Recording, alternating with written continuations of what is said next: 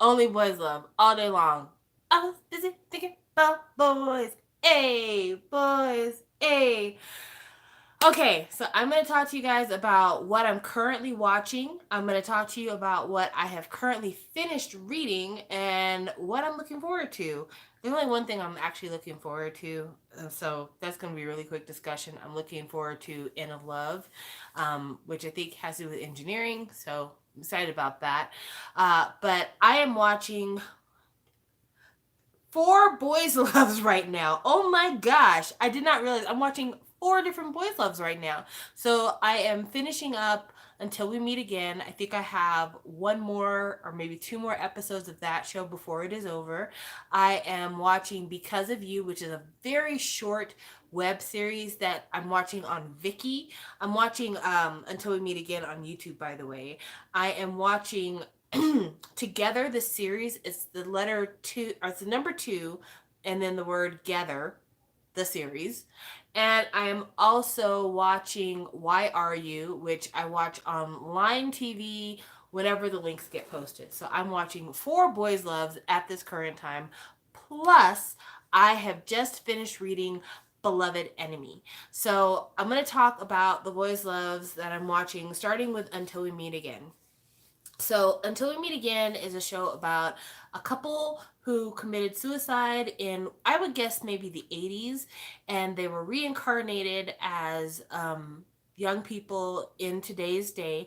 They find each other, realize they were fated to be together, and then the story kind of unravels their family backgrounds, how they dealt with homophobia then, how they're dealing with living their best gay lives now, and also family interactions, family history, and bringing up those old memories, those old wounds.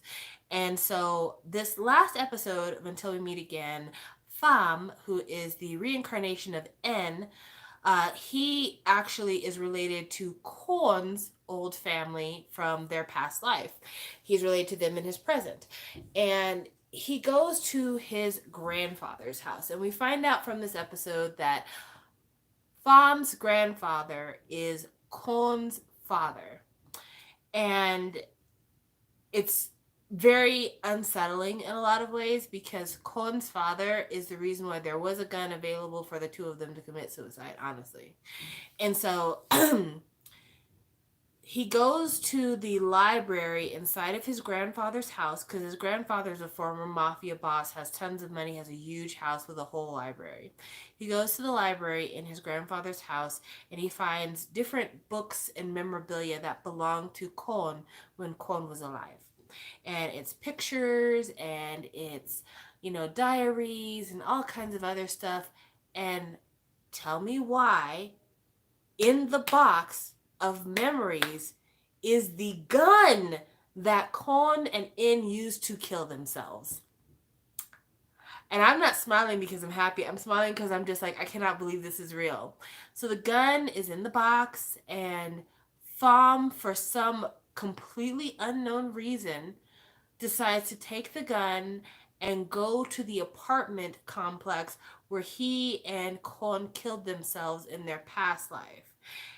Number one, who would save a thing like that? Like, I'm honest with you, in as a parent, if I lost one of my children to gun violence, that gun, especially if it belonged to me, I would have destroyed because it would have destroyed my life. I would want it destroyed. Why would I keep it? Especially if it's responsible for taking the lives of two young people back to back, I would have the gun destroyed. Number two, why does Pham all of a sudden crack the hell up? Like, he had been dealing with kind of PTSD from these reoccurring memories because in their past life, Kon died first and then In died after Kon. And so In actually watched the suicide happen, and ever since then he's actually had PTSD in his current life from that incident. But for some reason, seeing that gun and seeing those pictures, it's like Pham lost himself and all of a sudden went back to only being In, which is very strange. Not sure why the writers wrote it that way, but it really threw me off. And then lastly, he goes back to the apartment where he and Kon killed themselves in their past life. Why was the apartment open? Why did it look like it had all the same TV and move-in boxes that it had 30 years ago? Like, why did it seem like it was untouched and just available for him to walk into at any time? Like, was the grandfather paying the rent on that place the whole time, just in case he wants to visit it every once in a while, stare at the bloodstain? Like, what the fuck is going on? But he ends up there. And Dean, who's the reincarnation of Kon, he goes and finds him there. And the end of the episode has Pham pointing a gun underneath his chin as if he's going to shoot himself. And you guys, it was one of the most disappointing things that I've had to experience in Boys Love since history. Probably the most disappointing thing since history. Because throughout the story, it seemed like Pham and Dean, even though they're reincarnations of their previous life, they were both working really hard to establish boundaries as their new versions of themselves. Like, Pham was like, yes, I realized that when I was I was very touchy and sexually aggressive, but in this life, that's not who I am. Dean very much was like, I don't want you to think that everything I'm doing is just because you used to be in. It's because I like you as Pham. And I am a different person. And so for Pham's mind to get taken over to the point that he decides he's going to go back to being who he was and just kind of erase his entire identity as Pham is very strange. Like, I don't get it, and I don't know why the writers took it there. Also, we still haven't gotten any of the development with Manal and the man that she's supposed to be dating. Win team, barely saw any of them. We don't see anything from the cousin that lives next door to Pham. Like, they've really done a disservice in terms of making this world a lot bigger. Instead, they've kind of had us drown in the sadness and the angstiness of these two people that died and them confronting their ghosts, at least for the last, I would say, for the last 5 episodes. And this is a long series. The series is scheduled to have, I think, 18 episodes. And for them to have this many episodes and have no progress with Manal or Win team, I don't know, I'm kind of let down, man. It's a little bit too gloomy for me. Let me see this comment here. It says, I haven't watched this, but if the gun was hidden away in some box, it might be a symbol for that parent sort of boxing up their grief, like an out of sight, out of mind sort of thing, as opposed to confronting and accepting the tragedy and their potential role in it. I could see that. I definitely could see that. I mean, in a lot of ways, because of the life that the other 2 sons of the father lived, it gives you the idea that the father's demand for Kon to join the mafia, once he saw that all those demands he put on his son caused his son to want to kill himself, he allowed his other 2 sons to not be in the mafia. So his youngest son ended up not joining the mafia, and his second oldest son ended up becoming a police officer. So, in a lot of ways, I think that the father did change, but at the same time, like, if I had the gun from my child's murder, I would definitely put it in a safe. Like, it wouldn't be just in a shoebox. It would be in a safe. This drama is called Until We Meet Again, and you can find all of the episodes here on YouTube. So search away. It's Until We Meet, MEET, Again. Okay, so next show I'm going to talk about is Together the Series. So Together the Series is a brand new show. This week is only their 2nd episode, and this show, I don't really know any of the actors. Like, I know, it's weird. It's okay. I do know the actors, yes, but it's weird how I know them. So I know most of the actors who are a friend of the main character from other dramas I have watched. So, like, one of the twins, I know him because his brother was in Dark Blue Kiss. I know another friend because he was in He's Coming to Me. And I know another friend peripherally from another show, but like none of them I know very well. But like I know some of the side actors, but the main characters, I don't know them at all. I do not recognize them from anything. But the show is a guy who goes to college, and he is the, how do I put this? He is the obsessive focus of another person at his college. So he's kind of known as a playboy. He's dated a ton of girls, but every time he dates girls, there's something always really off about the girls. Like the girls have weird personalities or weird character traits, and it causes them to break up really quickly. Well, he receives like a note saying, I have a crush on you. I really like you. Meet me after school at this place. And when he goes to that place, he finds out that the person who wrote him the letter is a man. And he is what they call down there a Kathui, which is kind of like a lady boy, just a more feminine gay man, basically.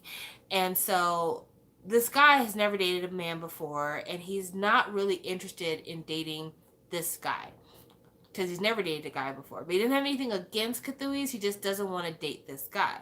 And so he's trying all these different tactics to dissuade the person from wanting to be interested in him. He pretends to have a girlfriend. He pretends to be threatened by gangsters. Like, he does all kinds of stuff to keep this person from falling in love with him. Finally, he decides what would really make them go away is if I have a fake boyfriend. So he is currently, as of the end of episode 1, trying to enlist this guy into being his boyfriend, pretend boyfriend, so that this other guy will quit trying to date him. And I know the premise I just laid out there is super weak. I get it completely. However, this show is very, very cute. The show is extremely cute. It doesn't seem to take itself too seriously. He can tell that he's trying his hardest to not hurt the person who's obsessed with him. And I like the fact that they actually have a gay man portraying a gay man. Granted, he's portraying a very flamboyant gay man, but still, representation counts. It's really cute. The show is really cute. The only thing that's kind of like weird is there's a moment where he's trying to drug somebody, and that was kind of weird. That was kind of like, but he ended up drugging himself by accident, so you get what you pay for in this life. But yeah, I'm looking forward to watching this series because I like the supporting characters that I recognized, and like I said, the show is just written very cute, and I like cute meat shows. It's one of my favorite things in the world. So I really am looking forward to watching the remainder of Together, the series. And it's just started. So if you're trying to get into a series on the ground floor, that is a show you can get in from the ground floor. You can catch up really super easy because there's only been 2 episodes released so far, and only one of them is fully subbed right now. Okay, the next show that I am watching that I could tell you about is a show called Because of You. I'm watching it on Viki. It is a Taiwanese boys' love show.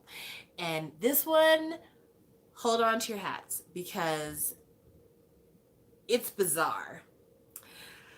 Okay, so there is a man who has 3 sons by 3 different women. And they're all women that he has been married to or had long-term relationships with. One of his sons lives in Korea. His mother is Korean. And the other 2 sons live in Taiwan. And the father is a man who is very powerful. Like, he owns a bank. He's like a big deal in Taiwan. And all of his life, he has loved one woman. Even though he has these 3 sons, he's only ever loved one woman. And that woman is the one that got away. Well, that woman also dies of some long-held disease. And when she dies, she writes the man's phone number down on a piece of paper and tells her son to call this man. Because of the son telling the man that he is that woman's son, the rich guy is like, I think that he might be my son. Like, maybe I got her pregnant and she had my child and didn't tell me, and this is my son. So he tells his 3 sons that he obviously knows about. He says, whichever one of you can bring my son back to me, I will grant one wish for you, whatever wish you want, even if it is to be the head of my company. And so his 3 sons are working to find this possible 4th son and bring him home to dad. This is where things get weird. So the Korean son, who is actually portrayed by a Korean person and who speaks only Korean in the show most of the time, which is kind of odd. Like, it's weird. Everyone else is speaking Taiwanese or Chinese and he's speaking Korean. It's really off-putting sometimes. The first time I heard it, I'm like, wait a minute. That sounds like Korean, but I'm watching a Taiwanese show. Rewind. No, he's actually talking in Korean. Wow, how weird. Anyway, um, the Korean son, before he knew that his dad was looking for this kid, he actually had a run-in with a group of thugs, and this kid saved him. And so he knows who the guy is before knowing that it's his potential brother. And they have a lot of kind of sexually tense moments. But given the premise of the show, unless something happens with the DNA testing, this is probably his half brother. And in Boys Love, we've seen a lot of shows where people are step brothers, siblings, cousins. But again, your half brothers, that is really close to the line. Like that is borderline like even if you weren't raised together, it is still very like you know, like you have different moms, but you came from the same nutsack. That's bad. So hopefully they'll find out that, you know, they aren't actually related, and that's the reason why she left the rich guy, is because she knew she was gonna have a baby by somebody else. Like, hopefully that's the story. But yeah, like right now, I'm just like, I don't know if I want to see a romance between these two characters. And you know that they're gonna have romance because there's a credits, like, you know, opening credits title section of the show, and it shows them standing on top of a rock kissing. So we know that those two individuals are going to have a romance. It's not our imaginations, but it's just like, but that's your brother though. Like that's your bro. You came from the same nutsack. Come on, guys. Ugh. And all the brothers are gay, by the way. That too. Well, they're gay, but not. Okay, so one brother is grown. One of the there's two Taiwanese brothers. One brother is grown, like living an adult life, and he has a roommate slash best friend that he gets angry when he doesn't come home on time. He shares many sensuous eye gazes with, and only breaks the tension by being like, "That's what best friends are for." Like it's like, okay, all right, bromance.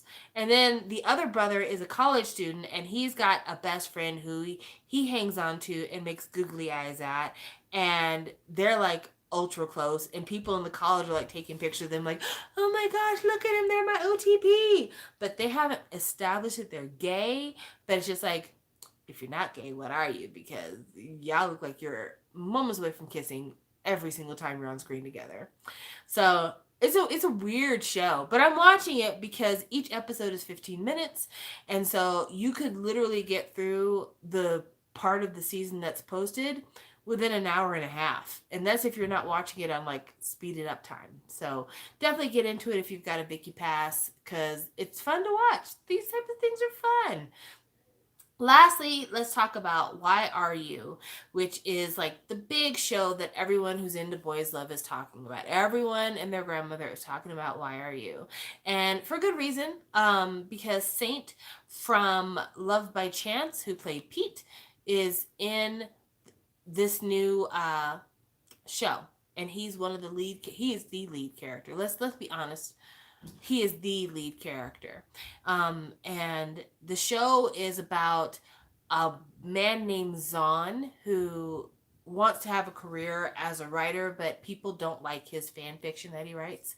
And so he goes to his sister's room to borrow her laptop and discovers that she is a very successful fanfic writer because she writes about the guys in her college, including her brother, and a guy that she once saw him accidentally smash lips with. I know, accidentally smash lips. Gotta watch the show. Anyway, she writes them as lovers on her story that tons and tons of people at the college and elsewhere read. And the brother swears that him and this guy don't have any connection to each other. They don't like each other. They would never make out. He's never questioned his sexuality when he's been around this guy. And he swears that, and all of a sudden lightning strikes, and she's like, well, if you're lying to me, you're going to have to live out the scenarios in my book. So he starts to believe that he is living out the scenarios in his sister's book. because just like a lot of really coinkadinkle stuff starts happening afterwards. And honestly, at this point in episode 6, I think he might be living the book really too, because him and the guy that he hated in episode 1 are like almost about to make out now. Like the guy obviously likes him. Every time he gets a chance to spend time with him, he's like, yes, figured it out. He keeps like hovering over him and doing stuff that to kind of like tease him, give him like, I might be gay for you, or you might be overreacting type of feelings.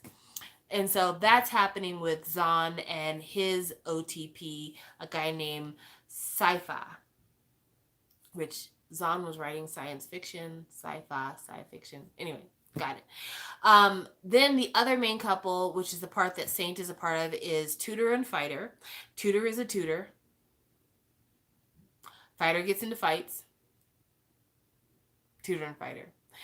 Tutor is struggling because his dad ran up a bunch of bills with a loan shark and got sick and couldn't pay him. And so he's having to work a whole bunch of jobs and do a bunch of tutoring in order to be able to pay his dad's bills. And because of that, he kind of doesn't live the most fun life. And Tutor, on the other hand, is a rich kid, has plenty of extra money, and he's dating a girl named Wawa.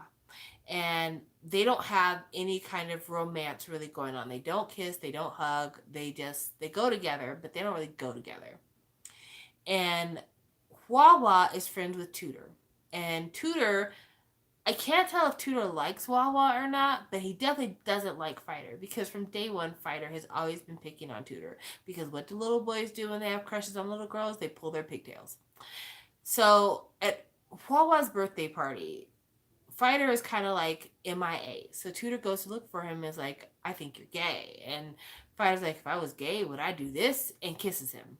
Yep, that's a good way of proving you're not gay. Kiss a man. So as the story goes on, Fighter tries to find ways to help Tutor with his money problems, because Fighter has a huge gay crush on Tutor but doesn't want to admit it out loud. And Tutor is conflicted because on the one hand, he hates the fact that Fighter treats him so mean and is dishonest with his feelings, but at the same time, Tutor is in a very vulnerable position to where he can't really fight the assistance he gets from Fighter, but also he finds himself enjoying Fighter when Fighter is not fighting with him. And so it's a really weird relationship dynamic that they have, because Fighter is extremely closeted, Tutor is not, but Tutor also isn't trying to force the issue with Fighter because he doesn't want to get himself hurt. And in this last episode, Fighter and Tutor are on this couch, and Tutor's trying to get Fighter to acknowledge, you like me. You've kissed me at this point 3 times. Acknowledge that you like me. And Fighter says, prove to me that I like you. And they engage in a makeout. And it's a makeout where Tutor finds himself caressing Fighter's private part. And then Fighter, I guess charged up from that caress, lays Tutor down, starts making out with him, and goes to caress his private part. And for some reason, that caress like totally wakes him up. And he's like, oh, wait, what the fuck am I doing? And he runs off. So the dynamic of Tutor and Fighter is interesting because there's definitely a push and pull of 2 interested parties, but there's a barrier in there. Zahn and Saifa, they're just weird. We watch them because Zahn makes the weirdest faces of life. And then all the other accessory characters, there's got to be like a cast of 1,000,000 on that show. And there's so many other couples. I think there's Blue and Do, and there's Day and Hua. That just happened. She broke up, or Fighter broke up with her, and then Day asked her out and they kissed automatically. It's weird. And then there's Tanthai and someone else. I think it's Tanthai in Japan, maybe. And yeah, it's just there's so many couples to try to keep track of. I think Zen and Nati might end up in a couple. Like it's wild. And I did a discussion about the first episode and how I was disappointed. This last episode, I have a number of grievances about, and I'm going to lay them out right here. Number 1, this show does a shit job of establishing passages of time, place, that kind of thing. It's very inconsistent about telling you where people are in the timeline and how they got there. For instance, Tudor was fired from his cafe job. No, he wasn't fired. He quit. He quit his cafe job because he heard they were going to lay him off. But in the episode, he's working at the cafe when Fighter tells this really handsy guy, lay off of him, he's my boyfriend, which that scene in and of itself is so weird because the subtitles were fast in part one. And so, like, this guy's talking about going to the toilet and sticking his hand up some guy's ass. And then Tudor comes to the table, and while those subtitles are playing, he's running his hands all over Tudor's arm and sweater. And it's like, are you wiping your dookie hands off on him? Like, this is disgusting. This is how coronavirus gets spread. But anyway, they just don't do a good job of establishing like timelines, where things take place, how long time has passed for these things to take place. And I don't know if it's just a matter of like the subtitles do a poor job of telling the story, but I really think it's the editing. I think this show is really poorly edited. And like the camera work, I noticed on a lot of shots that should be still shots, they're filmed with handhelds. And so the camera work is rocky when it should just be a still shot. So, I'm not taking anything away from Saint as an actor. I think Z, who is playing Fighter, is doing a good job as an actor. I even like the actor who plays Zahn. I'm still not a fan of the actor who plays Sypha, but it is what it is. I think it's just a matter of like, they really rushed this project and didn't spend enough time on the script. Instead, they were in a rush to get this out, to find a vehicle to get Saint in front of his fans again. And I think Saint is a great actor. And I think given any other project, he would do really well.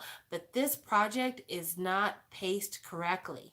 And it's not being filmed in a way that makes it easy to understand. And I think as the year goes by, especially once the series is over, people are going to look back at this series and be like, that was a mess. It was fun, but it was a mess. So that's how I feel about Why Are You? And I watch it. Why Are You actually has an official channel on YouTube, but they don't show the episodes on the channel.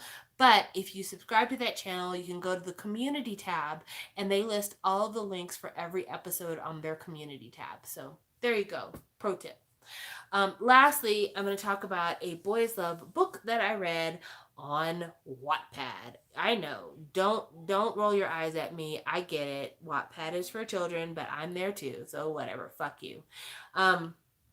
So I wanted to read the original story for one of the Taiwanese boys loves that I watched.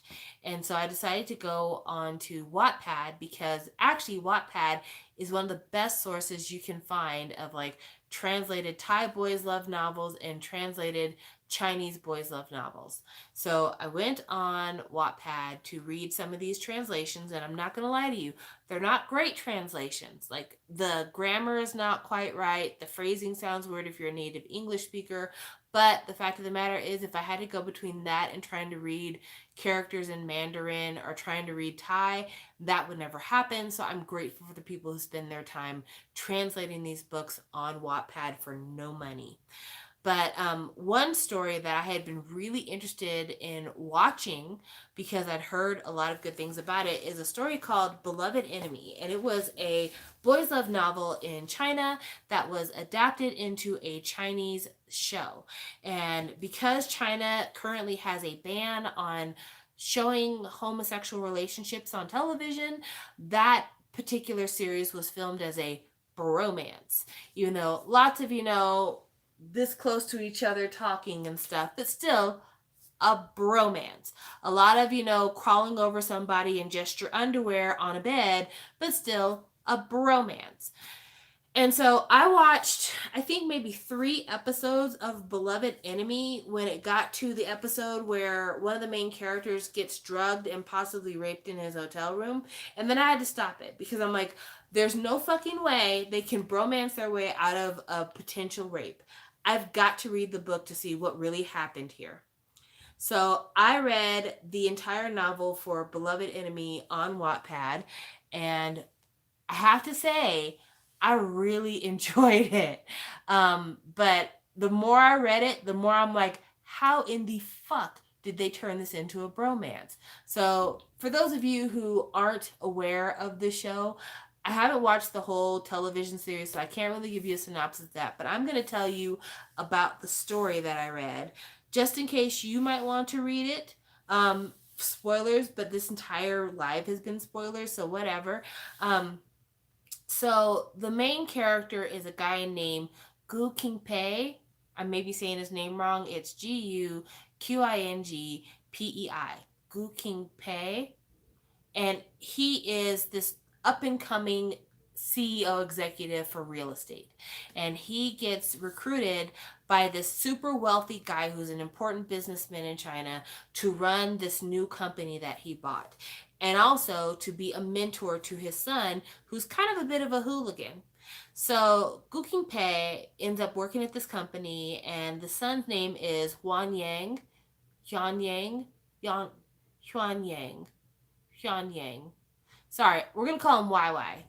So YY is the son, and he shows up at the office, and he does not want to be told what to do. He never wanted to work for his father. This is a bunch of bullshit as far as he's concerned, and his goal in life is to become a military general, and this is just totally uninteresting to him. So Gu Qingpei, he works really hard to try to help provide some discipline to this young man, get him interested in the business that is his family's birthright, and just, basically let him know, like, even though you want to be a military general, there's a lot of skills from your military life that you could apply to the private sector if you would just, like, give it a chance instead of being an asshole. Well, YY is really upset that his dad is making him work for the company and is having him be kind of mentored slash bossed around by this outsider. So he does something super despicable. He finds out that Gu Qingpei is gay and that he goes to gay bars. So they're out of town on a business trip, and he arranges for what they call money boys, or they also call them ducks. It's basically guys who you can pay to have gay sex with. He arranges for a money boy to poison the drink that Gu Qingpei is going to drink that night in the hotel room, and it's a really super powerful aphrodisiac. And the reason why they're poisoning him with an aphrodisiac instead of like something that would make his stomach sick is because they have plans to rape him and videotape the rape and use that as blackmail material so that he can't boss around YY anymore. But the money boy they hire is like, listen, I've never drugged nobody before, and I never drugged and raped nobody before. I'm freaked out. I'm not going to do it. So he did give the aphrodisiac to Gu Qingpei, but he did not stick around to do the rape. Well, YY comes into the room, and even though YY is straight, there's just something about a writhing, sexually turned on Gu Qingpei that causes him to decide, I'm going to have sex with this man all night long. Or, to put it in more clear terms, I'm going to rape this man all night long. And that's exactly what he does. He spends the night raping Gu Qingpei. And weirdly enough, this rape causes the two of them to become closer, because that's when YY realizes, I don't ever want to be with any woman. I only want to be with you and your satisfying meat hole. And you can't ever be with anybody else. And I'll do whatever you say if I can have more opportunity to get inside your meat hole. And things are going good between the two of them for a while. They decide they're going to be fuck buddies. And in the course of being fuck buddies, they find out that they have the ability to work with each other. If, they can just kind of like fuck things out instead of scream at each other. But when I told you earlier that YY was going to videotape this rape to use it as blackmail, he did videotape the rape. He did. But he kept it on a laptop, and he would go back and watch the video every once in a while for like personal gratification. And one of their kind of corporate rivals steals the laptop along with the sex tape, and then tries to use the sex tape to blackmail the company into favorable terms on this shitty deal that they were involved in.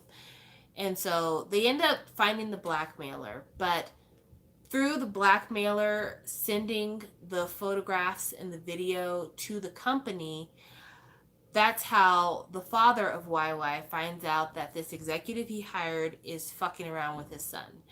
And then he does something super shitty. He takes a screenshot from this rape and posts it on the company wide message board.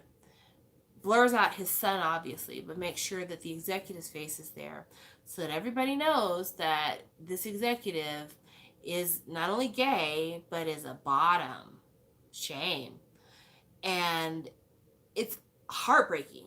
Like, the story doesn't sugarcoat it. Like, for the rest of the story, people try to blackmail him with these photographs. He loses face in the company, and his prospects of finding another job are lessened because all of this information is out there, and he has to really struggle to like rebuild himself.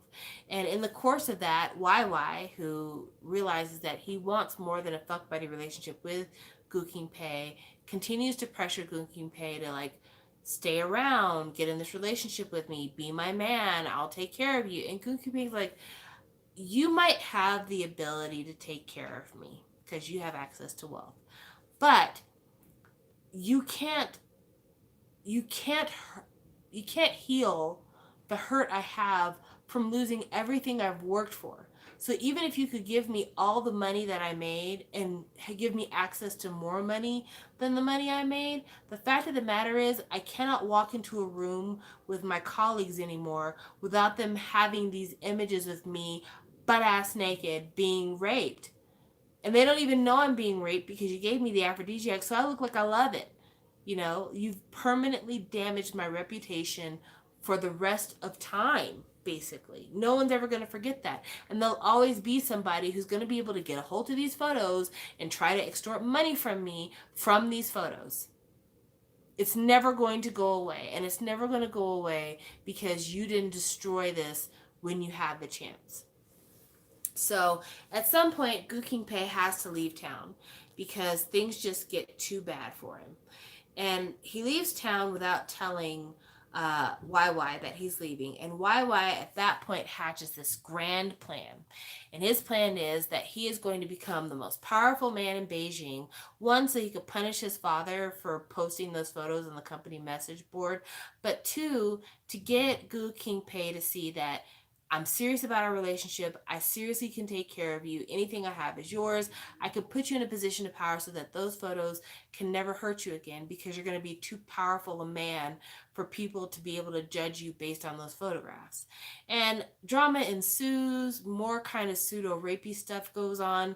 I mean, honestly, the relationship is ultra toxic and not at all something that I normally like to see in the boys' love that I'm reading. But the story was good because of all the corporate stuff that was going on, like people doing land deals and bribing officials and setting up credit unions. I back when I was in college, my first major was accounting, so business stuff is fun to me. Fun to me.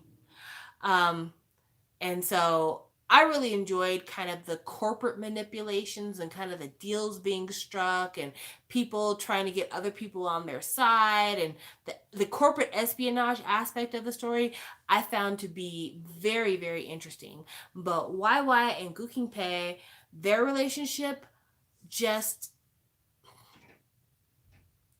it just really bothered me in the way that YY never stopped just forcing himself on this man at every turn. And so that was tough. And even though I'm recommending the story to you, if that's a hurdle you can't get over, I highly recommend you read something else. But if you can get over that hurdle, the story itself is actually pretty good. So comment says, not only that, YY trying to make things up and have a more meaningful relationship still has lots of unfortunate implications. Oh, absolutely. The characters are 11 years apart in age in the story, and that gets brought up a lot. A lot of time, Gu King Pei is like, I can't take you seriously as a love match because we have such a big difference in age and you're still very immature. And YY shows his immaturity because he has all these grand plans of how he's going to get back at his dad and how he's going to be the most powerful person ever. But he doesn't ever like tell Gu Qingpei the whole story of what his plans are, because he's convinced that he knows better than anybody, and he's just going to be this knight in shining armor. And the thing is, a successful knight is part of a team of knights. And so a lot of times he'll think that he is going to totally make everything work out well, but instead he ends up ruining everything by not letting somebody else in on what was going on. And so, yeah, the story is, you hate YY for most of the story, but you also care about him too, because it's very obvious from the way it's written that YY is written as a character who doesn't have a high emotional intelligence. And so a lot of the things that he does that are ultra violent or extremely aggressive and pushy are because he doesn't know how to express himself in a soft way or to communicate in an honest way, because he's just so used to being around people who say, this is what I said to do, and my word is law, and there's not going to ever be any argument. So, yeah, it's unfortunate that he's like that. But I do need to make sure before I get off of this live stream that if you are interested in reading this story, I'm reading it I read it on Wattpad. That's where I read. I read the whole thing. It was like 116 chapters. Yeah, it's pretty long. It took me several days to read, almost a full week. But on Wattpad, there are several versions of the story that are written from different people. And the version that I read, Current Reads Library.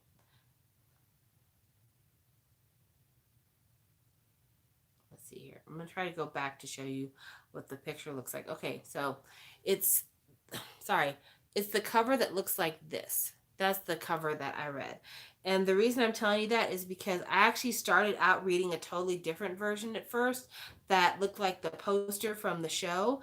And that translation was not very good. That translation was, it's the most popular translation on Wattpad, but it wasn't a great translation. Whereas this one that I'm watching, which is kind of this one that's kind of black and whitey one, that one is translated by somebody who's a much more native English speaker. There's still some moments that don't read very well.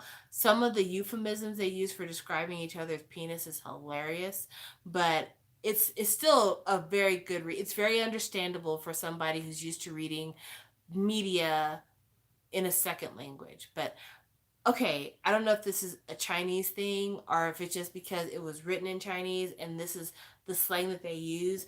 They call each other's penises babies all the time in this story.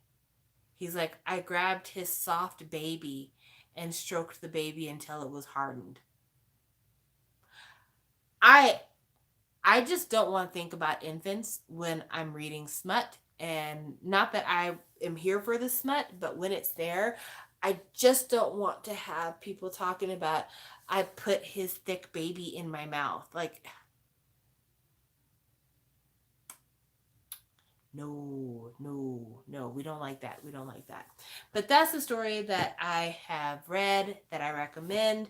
I've read a few other things. I've got some other things on my plate. Like, I would like to read the actual story for He's Coming to Me. The one that it's saying on here, they're calling it He Came to See Me at the King Ming Festival. So that's what they're calling it on Wattpad, but it was actually a show with Singto and Ohm, and it was called He's Coming to Me in Taiwan, or no, in Thailand. And I really, really liked the show, but I feel like there's some more information that was missing, so I'd like to read the novel. And then I read the novel for Lovesick because I did watch the first season of Lovesick, and I was very surprised that the novel translation of Lovesick actually had less to do with the side characters and more to do with the main couple. And it actually was a really sweet read. Like, if you have the opportunity to read Lovesick on Wattpad and then watch the show, totally recommend it, because the couple is adorable in the book. They're super, super cute. Like, you just need to look at a couple of pictures of Captain and White just to get like an idea in your mind of what they look like. But yeah, they're adorable. They're adorable on Wattpad. Not so much in the show. Like in the show, the actors are incredible, but I'm just saying, like, there's a lot of filler stuff in the show that just doesn't need to be there. It's kind of bullshit. But anyway, this is the second live I've done this evening, and this live has now gone on for 45 minutes, which means I have been on live streams for almost 2 hours now, and my voice is getting a little tight. My throat's getting a little bit dry. But thank you guys for watching my live streams. Thank you for those of you who are interested in Boys Love for watching this live stream, because I know we're a small audience, but we're a devoted audience. So I'm really glad to have you here. And I'll continue to talk about these shows. I know for certain I'm going to do a wrap up of Until We Meet Again, where I will talk about all of the things. And once Why Are You wraps up, I'll do another one for that one, kind of wrapping up all the things. Because of You might wrap fairly soon, because I think it's an 8 episode run. So when that one wraps, I'll definitely do a wrap up for that one. But yeah, I'm still watching Boys Love. I'm still reading Boys Love. I'm still super fascinated. It is totally taken over the time I normally devote to reading fan fiction. But yeah, love it, love it, love it, love it, love it. And I love you guys. So thank you for watching. I'll talk to you later. Bye.